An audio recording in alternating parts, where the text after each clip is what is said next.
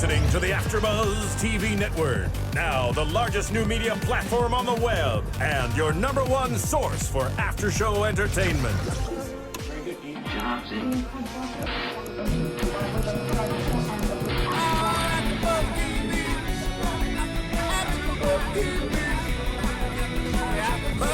The AFTERBUZZ Studios in Los Angeles, California. Presented by Maria Menounos and Bing.com and streaming live thanks to Akamai Technologies. This is AFTERBUZZ TV's Beauty and the Beast After Show.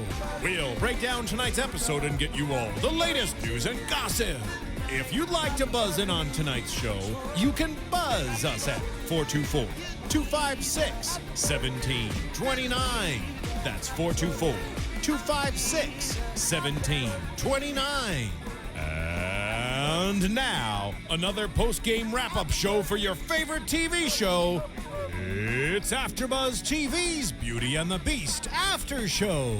Hello, hello. Bing is for doing, and we're here doing another episode of Beauty and the Beast, Season 1, Episode 4, Basic Instinct. Hey, hey. And I'm your host, Erika Vieira, and I am joined by my two lovely co-hosts. Hey, everybody. I'm Alikona Bradford. And I am Paige Sullivan. So we had another episode of Beauty and the Beast, and I have to say, just start off right off the bat saying, it's warming on me. I like this episode a lot more than the previous ones. I liked how they focused more on the main characters as opposed to the episodic, murder of the week or whatever. So it got my thumbs up. What do you guys think? Oh, definitely. I mean, I've already been, everybody, I think I've been like the biggest fan of the show, but I definitely am relieved to finally see something that's based on them and their relationship and to see what's formulating between the two of them. Mm-hmm. Yeah, it was nice to kind of see something that we can all relate to. I mean, we don't all solve murders, but we all have relationships with the people around us. And so that was nice. It was nice to finally break away from that and have something else to get excited about. I was actually kind of gasping at points throughout this episode. And it wasn't just, who's the murderer? No. Who are they going to question next? It was, I was legitimately shocked by things that were happening. I would say it's the perfect amount of, there was a little bit more romance, which I was glad to see. And then there was a perfect amount of action, the fighting, but then there's that betrayal element, trust your gut, like all these themes that were woven into this episode. So I really like this one. It was nice because, with those kind of episodic murders, you can't really get, like we talked about this last week, you can't really get invested in the characters, and here with less of the focus on that and more of the focus on the characters that we actually are interested in and invested in, it made it more of a show that I think for me was more interesting and more something I was looking forward to, I'm actually interested to see what happens next week instead of And I'm hoping it continues to go with that type of format. Well, I mean, we still need to talk a little bit about kind of the murder that happened this week. So you guys want to recap kind of in a nutshell? Sure. I mean, it was kind of cut and dry this time. They really didn't question many people at all. I think only really one person was questioned at the precinct. And so it all starts out with Vincent. He hears somebody's heartbeat, and it must sound strained. I mean, I'm not tuned into that, but what? You don't have superpowers? No, I don't. Animalistic powers don't come out. But he hears something and he tracks it down, and he's jumping all over buildings. He's very Spider-Man-esque for no real reason. He goes up to go down to go back up or something weird like that. That makes absolutely no sense. Yeah, we were all watching why? What's he doing? He probably just ran straight through the alley. But he finds this guy, his name's Tommy, and he's in a dumpster, and he's almost dead, and Vincent kind of pulls him out and gives him CPR. Can't save him. Yeah, I want to say it was nice we got to see him be a doctor. He's checking vitals, doing everything. Like you said, dropped him off at a hospital. He knew what he was talking about, his jargon, so we got to see the professionalism, and he walks off. And one of the guys is like, who are you? He goes, thanks, doctor. And then he turns to see the doctor, and Vincent's walking away with his hood up, and he's like, who are you? Who was that? Yeah. And so it was kind of cool because he was in doctor mode. He was, I don't even think he was thinking I could get caught doing this. No, there's cameras at hospitals. This is an ER. He was just thinking, I've got to get save this kid here. Save this guy, save this patient.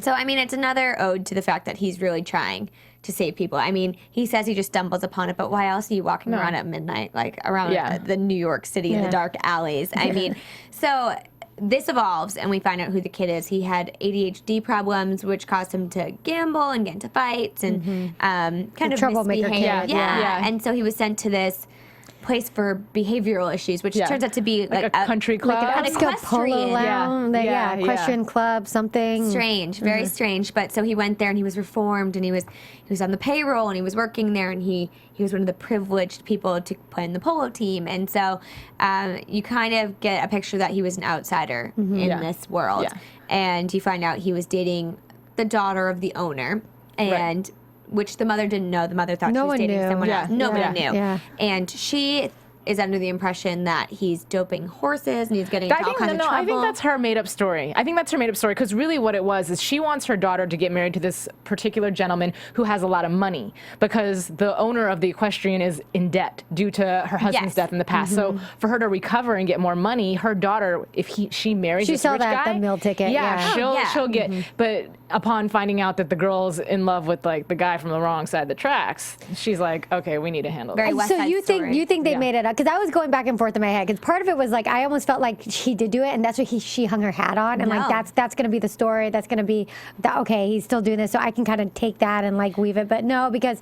She had access to his past. She knew his history, and she knew he had problems with gambling and things like that. And so I think that was the easy story. I think the daughter believed that was happening, and she wholeheartedly thought that's why her mother was telling her these. Her mom wouldn't make this up. Why would her mother? And she said it was her horse. You know, her horse who she loved. People who have horses are die hard about their And so she thinks that he's doping her horse whiskers, but he's not. Toxicology comes back. He wasn't doing anything wrong. So it kind of evolves from there, and they question the girl who, doesn't know what happened, but she kind of breaks down and claims it was, the mom. Yeah.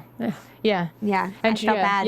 And she just realizes, oh my God, I should have trusted my gut. I should have known that he was a good person and he has a good heart. And though he may have had a bad past, he would never ever do anything harmful. Because I think the mom portrayed it as he did something. Oh, he attacked her. Yes, that's what she said. Yeah, and so in self-defense, she hit him and she beat him up, but then the daughter had to help empty the body into the trash can. The fact that she asked her daughter to help her do that blows my mind. If I was 18 and my mother came to me with a dead body, my boyfriend's dead body. Right. I mean, when you're 18 and you're in love, I would have taken his side any day. I'm calling the cops, Mom. I don't know what you did. I mean, it's just a horrible situation regardless. You're like, what just happened? Are you, what? He's dead and you did it? I mean, the story was a little bit far-fetched for me, that whole thing, but like every single episode, I mean, the crime itself is interwoven with symbolism and kind of like symbolism of what the relationship between Catherine and Vincent is. So I mean, we kind of talked about this while we were watching it. This week's symbolism was a little bit more obvious. It was, trust your instinct. Like the daughter didn't trust her instinct that this boy was. She believed what her mom said. She believed the outside, and also like figures of authority too. Like as a mother, she's her mother. She's the president of this club. She's a figure of authority. And authority's telling her, no, this is a bad kid, and you question yourself. Same thing with Catherine, and she in her heart knows that Vincent is good, but these Murfield agents. Yeah, the agents are, and they're telling. I mean, they're figures of authority. This is what they know, and they said, and they even said, we're not the bad guys here. We're here to protect. We're here to do this. But, they're kind of allowing that doubt to creep into her. Well, I mean, because basically what happened is they kidnap her and they give her an ultimatum. And it's basically, we'll tell you everything you want to know about your mom, just give us Vincent. And she's like, no, I don't know him. But then she kind of gave herself away because they're like, oh, well, he did this and he did that. And they're showing her pictures. So for her, it's a shock because she didn't know that he was killing civilians. Well, he had in the past. And when she confronts him about it, he says that was 5 years ago. But you can tell now she questions herself, but she's not going with what she originally thought. I mean, when he beasted out the first time, she stood in front of his face and brought him back down to earth and made him calm down. And now she's thinking, I don't even have the ability to be around this person because look what he's done. He might hurt me. And another thing that, we all saw as viewers too was, and wondering like, what is she going to do? Like, what's she going to put the importance on is when the agent says, I can tell you everything that you want to know. And it's like, well, what is she going to choose? Is she going to choose what's here in the now, Vincent, or what was in the past? And I think we're all kind of like, I don't know, what is she going to do? And I think... But really, sorry to cut you off, but what is that going to change? Exactly. Like, if she knows exactly what happened or how her mom was intertwined with the case, who cares? Yeah. Her mom's gone. Like, I mean, not to be insensitive or anything like that, but like... And as a viewer, it's like, God, I hope she does not not reveal anything about Vincent, not want that past history so much that she's willing to sacrifice somebody else. Right. Which in the past, in past episodes, we've seen her act in a rather selfish way. So you're wondering if she's going to continue. And she didn't, luckily. Yeah, for once. Right. It was nice to see that. But, I mean, you guys are super optimistic about her intentions. But, I mean, she came back and she was scared. Vincent was at her apartment and she told him to go. She said, we can't be around each other. You're right. And she's changing everything she's ever said. Yeah. She's saying, you're right. The best way to protect me is to leave me alone. When she really knows the best way to protect her is to give them Vincent. And the thing that I think given more time, she might have thought it over, might have thought more about her mom. I mean, she is kind of selfish. She didn't even have the chance. You know what I mean? Yeah. Vincent found out she was in danger. Vincent found out there's a number she could call, and it's his. Turns himself in. He's selfless, basically. Yeah, he he thinks is. if this is going to put JT and Catherine in danger, then take me. I don't care. Yeah. Yeah, and let's backtrack a little bit too, like to that scene between JT and Catherine, which is, I think we all kind of liked seeing that. It was interesting to see the dynamic of the two of them without Vincent, because up until now they've always been Kind of combating each other. and Vincent's always been Right. there to kind of be that buffer, to be that, Right. And what did you guys think about that scene? Well, first of all, too, prior to that scene, though, Vincent and JT are having a conversation, and JT's kind of like rolling his eyes about her being involved again. And he's like, look, she gives me a sense of normalcy. He's like, I don't care. There's nothing normal about you. Like, accept it. There's nothing normal about you. But Catherine is just this light of hope for him. Yeah. And he's feeling normal again. So it's like he's on this rush and this high, and he's inspired again to be himself, or maybe be on the search for a cure, because prior to that, in the beginning of the whole series, he was just like, Not only that, though, he had a taste of being a doctor again. And Yeah, it's because of her. It's because she's given him the confidence to do those things. And now he's getting involved in this crime-fighting business, basically. Yeah. And so Through her, in a way, which is her. interesting, because each week he's been able to experience some of those things that he loves so much. Like last week with the little girl and the doctors, and this week kind of the same thing. And he's been able to almost like play off that and vicariously like live through her and be able to help her with these crimes without actually having to. Yeah, it's not just reveal her. himself. It's everything about what's happening since he's met her. That's true. If she was like a florist, would he be that interested? You know, Right. It's because of who she is and what she does, and the things she's involved with. Because otherwise, he'd still just be roaming the streets late at night, and he'd still be trying to help people like he had previously. Yeah. And even when we found out he had killed that civilian, he tries to explain himself, saying he wasn't a good guy. He was on top of a woman, and he lost control of himself. And it still shows that he never has poor intentions. He never intentionally does anything to hurt anybody. Yeah. And you see his good intentions every single day. Right. Well, and the thing is, and we were talking about this earlier, Erika, as far as he's getting all these great benefits, in a sense, from being around her. He likes her a lot. But at the same time, he's proving himself as having a purpose, because he's showing her, like, look what I'm doing. Like, I'm helping you. So don't push me away, is basically what he's trying to do. Yeah.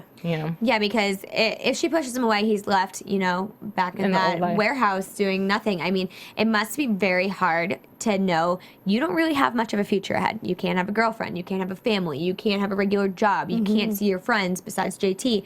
And even that's a strained relationship because he's putting JT's life in danger. Right. There's a lot of pressure on JT. Yeah. And it was interesting when, JT and Catherine had that kind of little meeting, and she asked him, like, almost, like, do you ever feel unsafe around him? Like, you of all people would know. And she knew the answer to that question, but I think she needed to hear it. Yeah. She needed somebody else to tell her. And I think she felt that she got the answer she needed. Right. Everybody needs that. I say at the same time, I feel like it almost probably made her feel a little guilty for even questioning the fact of her safety, because it's like when he said, because she was like, well, how do you know? I just know. And you could see just by the look on her face, like, yeah, I think I kind of did too. Yeah. Shoot. And I didn't trust that. Yeah. I didn't trust my and now he instincts. went and turned himself in. Yeah. Which brings us to why they even had the conversation in the first place. They had to be allies for the first time. Yes, so before we get into that, make sure you check us out on iTunes. We were talking about your comments today, and they do help us a lot comparing this series to the old series. So check us out on iTunes, rate and comment. We do look at it. So thank you very much. It's very helpful. Tell a friend. Make sure you can subscribe to our podcast or all the other podcasts that are on AfterBuzz TV. We have 50 in the fall lineup. So make sure you check us out. Yay. Yeah, definitely.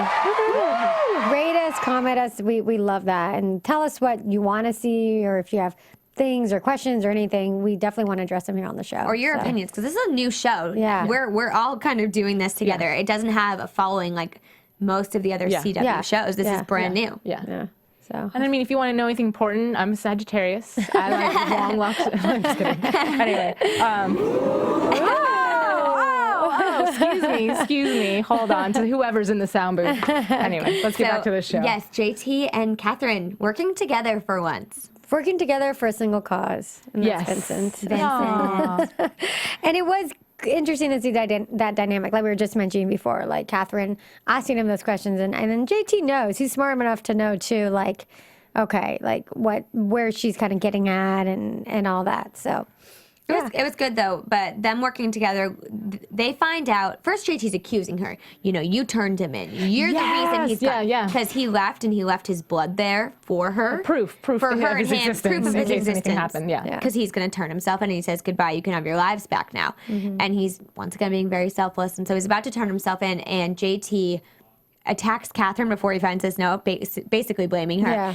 But once they both find out what's happening, they really do come together. They're gathering evidence. They're trying to figure out how to track a cell phone, finding fingerprints in her car. I mean, it was pretty intense. And almost in some ways, like JT knew that he needed her help. He needed her help to find this and to track them. Like this was her expertise. This is what she does. She's a detective. And, he said, well, how? And she's like, okay, it's easy. You do da da da da da da da. And he's like, okay, and she was saying what they could do, and he was questioning her, and she's like, do you have a better plan? Idea? Yeah. Thank you. She's like, that's going to take way too long. She's like, what are you going to do? And he's like, okay, whatever. So it was kind of cool to see the two of them like finally work together, and I still don't think that relationship is going to be a good one, really, but it was interesting to see them. It's always weird, the best friend and the girlfriend. Yeah, it's always, especially at the beginning, if they weren't previously friends, it's always butting heads. Yeah. Fighting for attention. Yeah. And so, the next scene we get into, or a little bit later, is that fight scene, which was a really cool fight scene.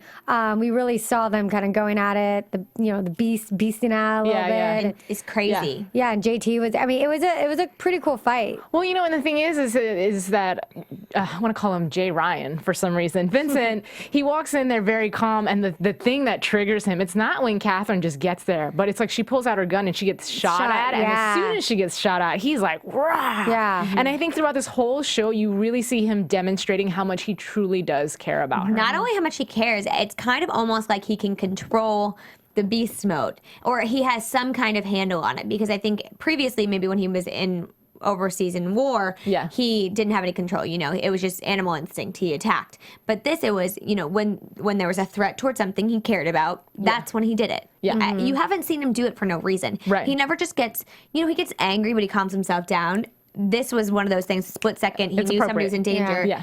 It makes you believe in him a little more. Yeah, it's not just like an anger management thing. Like, oh my God, I left the door unlocked. I'm so sorry. Like, rah! It's a legitimate, and it seems as if there has to be something like, and it's very animalistic. Like there has to be something just like instinctively, like in a snap that causes him. Yeah. And you can tell that those feelings that he has for her are deep. Like they're deep in there. They're like, they're there. Yeah. It's not even just her. It's her and JT's there. JT these are the only people he has. Yeah. This is all he has left. Right. I mean, his brothers were killed in the trade, like when the towers fell down. And so now this is what he has. Right. This is his family. This is what he's living for. And this is what he was willing to give his life up for. Right. So, I mean, at this point, what would be the point if the two of them got hurt and he turns himself in? What's the point? You know, like, and he said too, on my terms, you've got to leave her alone. Like that was more important to him than anything. Yeah. And so, I think it's clear how much he cares about her. I have to give a shout out really quick to JT, who was like going in with this, I don't know, baseball bat. I was like, okay. That's right. We were all like, go JT. Right. Yeah. Coming out of left field, literally, like with a baseball bat. Was that her softball bat? I think so.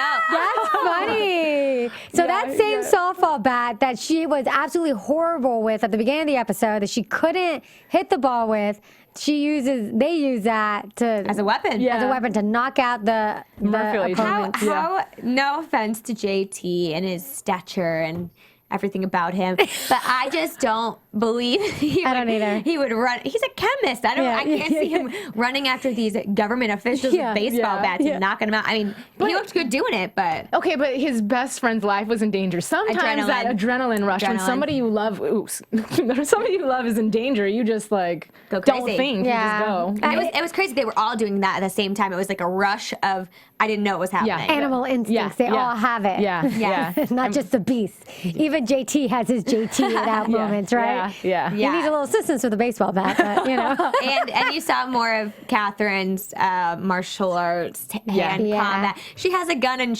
I don't know if she lost it or if she just resorted to hand fighting. But drop the gun.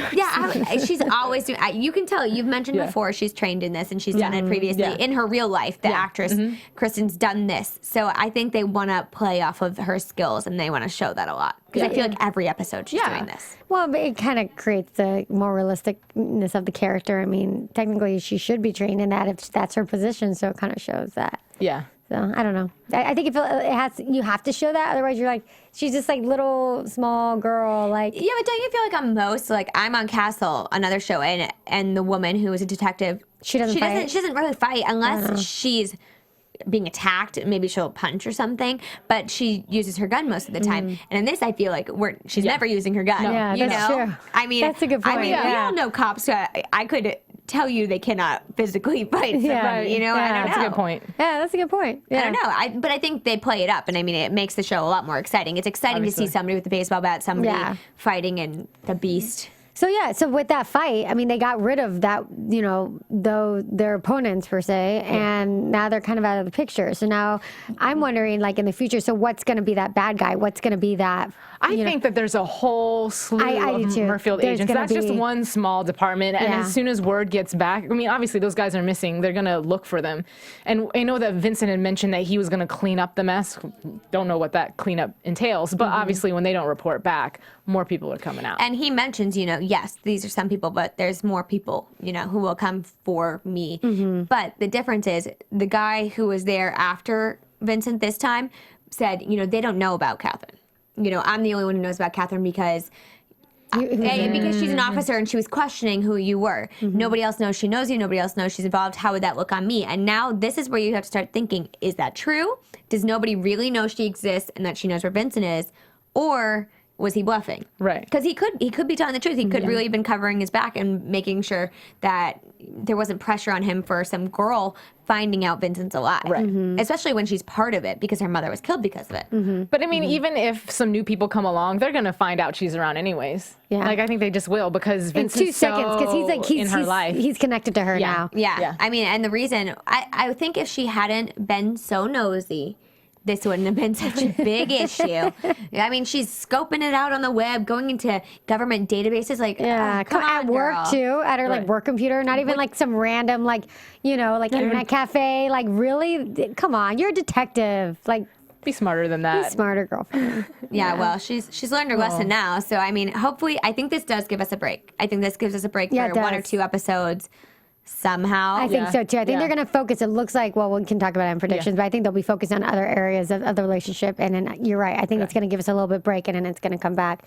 But so the end, real quick, just to wrap up the episode, it ends with their, weekly romance hangout, encounter. Yeah, at the, outside on our balcony. Yeah. Like a Romeo and Juliet or something. And that's sweet. I mean, it looks like it's going to be part of the show and kind of like part of the... Something everybody can look forward to at the end of the show. Yeah. I would say, I feel like this time around too, you see a little bit of the emotional barriers start to trickle down between both of them, just in the way that they're talking to each other in that meeting outside of the window. There's something about it's just like a little bit of a gentleness and for her a little bit more openness of finding that shade of gray because everything is black and white. And she mentions earlier, I put people like you away. Well, now she's got to make exceptions and see that really he has a good heart, and because she's really embracing that, I think that's when she's really emotionally going to start getting. She also says, this isn't a normal situation. This isn't black and white. But you wonder now if she's saying their friendship, him being a beast, or more? You know, what isn't normal about this? Is it the fact that you want to be able to go on a date with this guy?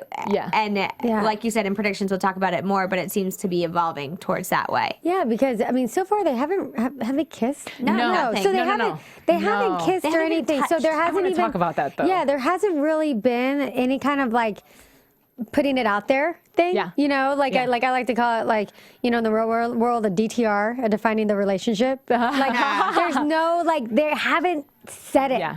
And she hasn't said it. He hasn't said it. So that, which is cool. I like that they're at least dragging this out a little bit more and making it kind of like we talked about at the beginning, like more of like almost like an old-fashioned love story of like not how fast things go these days with like the text and the Facebook and all that stuff. Let's get in bed together. Huh? Like, let's get in bed together. Yeah. No, they're taking their time and really getting to know each other. And building up that chemistry a little bit for the viewers. Right. And aside for that, too, one of the things that Jay was saying about his character is that Vincent is very afraid still to get physically intimate anyways, just because we know that when his emotions are heightened is when the beast comes out. So it's not necessarily when he's angry. So he's a little bit afraid of like kind of what he might do to her so if when he his gets happy emotions come Exactly. like intimately happy.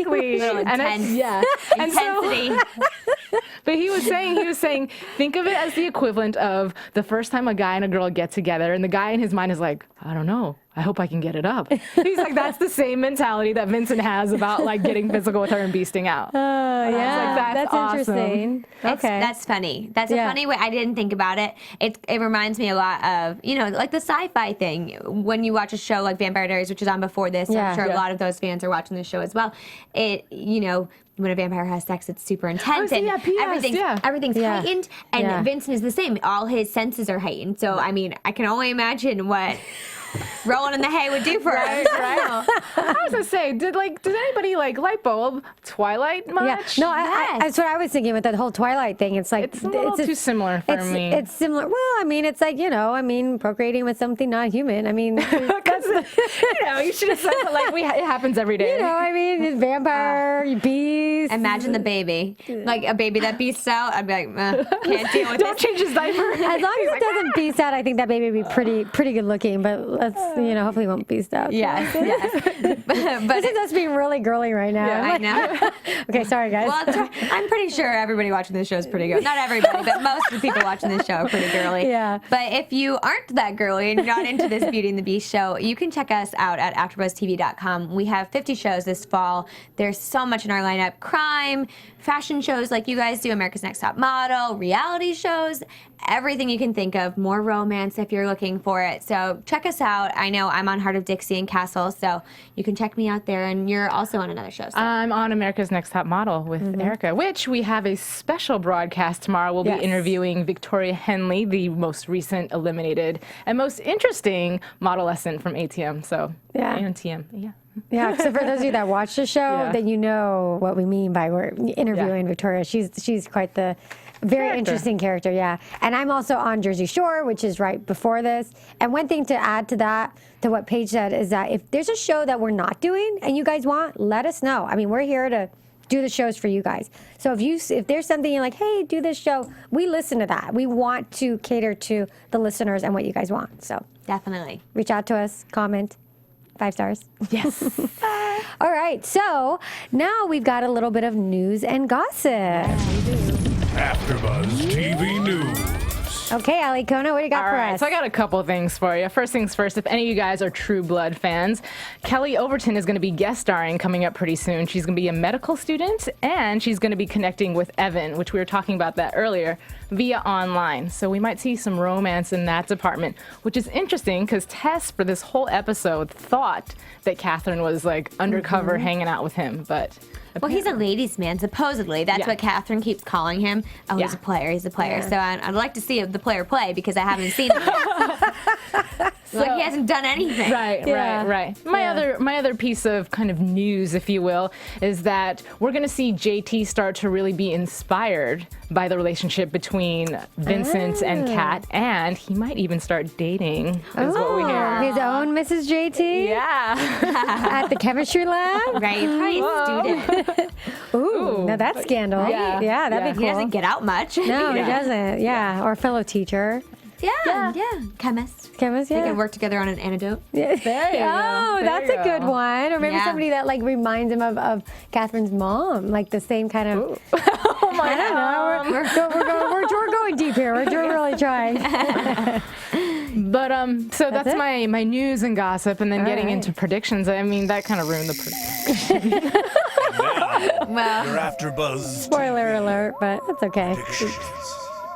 it's not so much a spoiler alert. I mean, it's good to know. I mean, Yeah. I like to know what's up and coming so I can look forward to it and keep my eye out for it. I'm the worst when watching a show. I look up the spoiler alerts. I don't. I like to be surprised on some shows, but others I'm Googling. Oh, If- really? Yeah, like if somebody's abducted, like if this episode she wasn't given back, I'd be Googling, like, when is she going to be okay? Oh, What's that's that? funny. Yeah. Yeah, I get really invested in these characters. I'm so the opposite. Like if I find out actually something that happens, I actually lose interest in watching the show. Oh. Yeah. well, No, that wasn't a spoiler to me though. That was more. okay. That was totally Okay. different. But I'm talking about like a reality show where like someone gets knocked off and you know who gets knocked off. Oh, and you're yeah, like, boo. and like Yeah. stuff like that. But in regards to predictions, I honestly just think we saw in the trailer for next week, a lot more is going to develop between Catherine and Vincent, and they're amping it up. I feel like they're about to hop in bed together, but I know that's probably too good to be true. It never works that easily. So, but I mean, he's doing push-ups without a shirt on, and we mentioned that Hello. today. Hi, he six-pack. He hasn't taken a shirt off yet. Yeah. And he's a beast. He should be taking Yeah. it off. It's like, Thank isn't you. that like kind of the rule? Yeah. Don't you think it should mandatory. Every time he beasts out, he should take off his shirt. Yeah. It should be like a help. Yeah, exactly. Or Twilight, back to Twilight, like the werewolf. Like, yeah. take it off. Yeah. Yeah. Doesn't happen like that apparently. It hasn't happened, but it looks like next week we might get That's a our glimpse. prediction. He will be He will be shirtless. shirtless next week. And are you doing your No, I'm prediction? all set. That's all I got. Yeah, the only thing I think, too, is that kind of what we saw and alluded to. I think they're going to take a little bit break of the whole, like, trying to find Vincent thing and the agents and focus more on the romance. And I think, too, they might...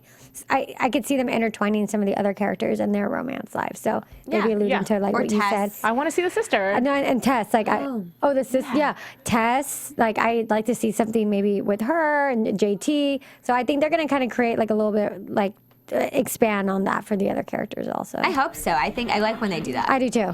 So, all right, well, thanks for listening, guys. Thank you very much. thank you. Until next time. And I'm Erika Vieira, and you can find me at Erika Vieira LA, and I'm Alikona Bradford. You can find me at Kiss My Passport or on Tumblr and Facebook, Alikona Bradford. And I am Paige Sullivan, and you can find me on Twitter at Paige Sullivan.